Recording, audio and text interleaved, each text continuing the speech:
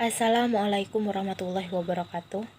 Nama saya Yeni Isnaini Widianingrum dari Prodi Akuntansi Syariah kelas C. Baiklah, di sini saya akan menjelaskan materi tentang faktor-faktor yang mempengaruhi akhlak. Faktor-faktor yang mempengaruhi akhlak ada 3 aliran. Yang pertama, nativisme, yang kedua ada empirisme, dan yang ketiga ada konvergensi. Di mana yang nativisme itu merupakan faktor dari bawaan atau dari dalam diri seseorang itu sendiri. Sedangkan empirisme merupakan faktor eksternal, yaitu dari luar seseorang itu sendiri. Sedangkan konvergensi merupakan faktor dari internal dan juga dari eksternal. Allah sendiri telah menggambarkan eksistensi manusia itu. Ada 2, yaitu manusia sebagai makhluk terpuji yang terdapat pada Al-Quran, salah satunya surah At-Tin ayat 4 yang berbunyi laqad khalaqnal insana fi ahsani taqwim, yang artinya sesungguhnya kami telah menciptakan manusia dalam bentuk yang sebaik-baiknya. Sedangkan manusia sebagai makhluk terpuji juga telah tercantum pada Al-Quran, salah satunya surah Al-Hajj ayat 66 yang berbunyi innal insana lakafur, yang artinya sesungguhnya manusia itu benar-benar mengingkari nikmat. Jadi manusia itu sendiri hanya dapat memilih apakah dia akan menjadi makhluk yang terpuji ataukah menjadi makhluk yang tercela.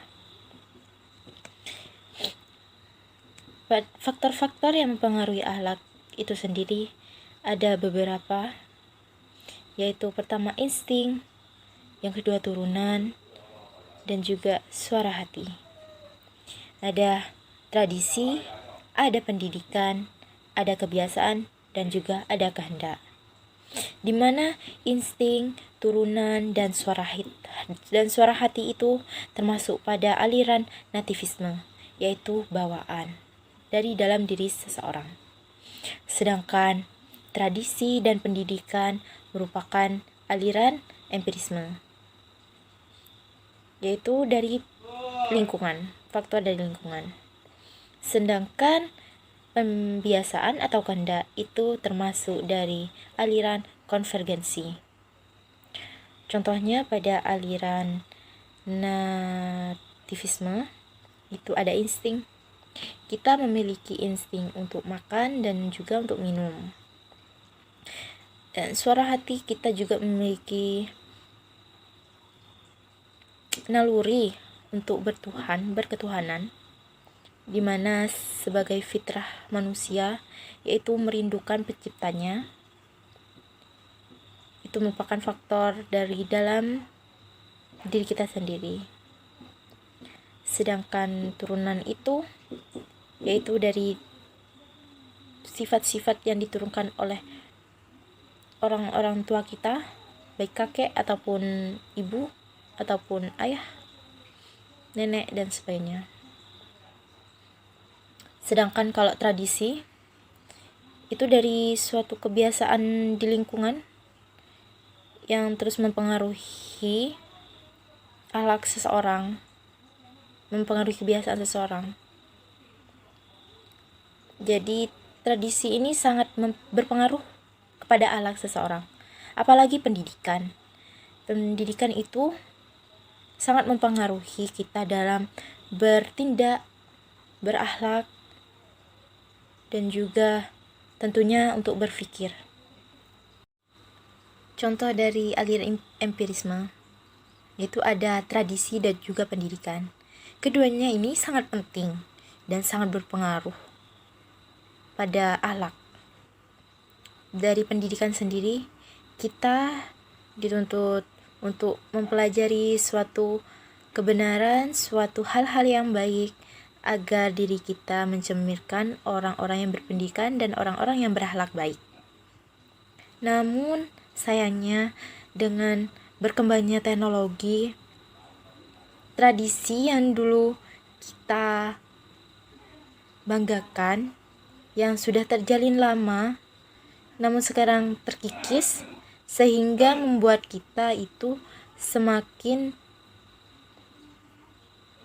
terperosot dengan memburuknya akhlak generasi muda oleh datangnya kebudayaan-kebudayaan lain. Misalnya dari kebudayaan-kebudayaan barat yang sepertinya dan mungkin memang sangat tidak cocok bagi kita dari wilayah timur yang menjunjung tinggi nilai keagamaan, nilai kesopanan, dan nilai yang tinggi, yang beradab. Salah satu contohnya yaitu banyak sekarang generasi muda yang kurang atau bahkan tidak menghargai orang-orang di sekitarnya, bahkan orang yang lebih tua, karena tradisi yang mereka lupakan yang digantikan oleh kebudayaan-kebudayaan luar yang masuk ke dalam bangsa ini tanpa terkontrol. Dan jadinya mereka itu lebih leluasa untuk membantah, bahkan membentak orang-orang yang lebih tua daripada mereka. Dan terkadang mereka tidak menghargai pembicaraan seseorang, sehingga itu sangat berpengaruh pada penilaian seseorang terhadap akhlak mereka sendiri. Pada aliran konvergensi itu salah satu contohnya pada kebiasaan yang ganda.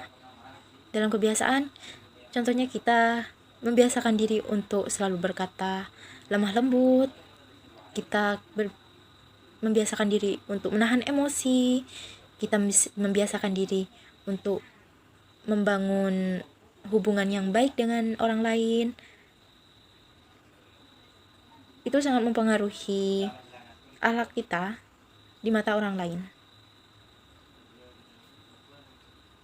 Sekian penjelasan materi tentang faktor-faktor yang mempengaruhi akhlak dari saya.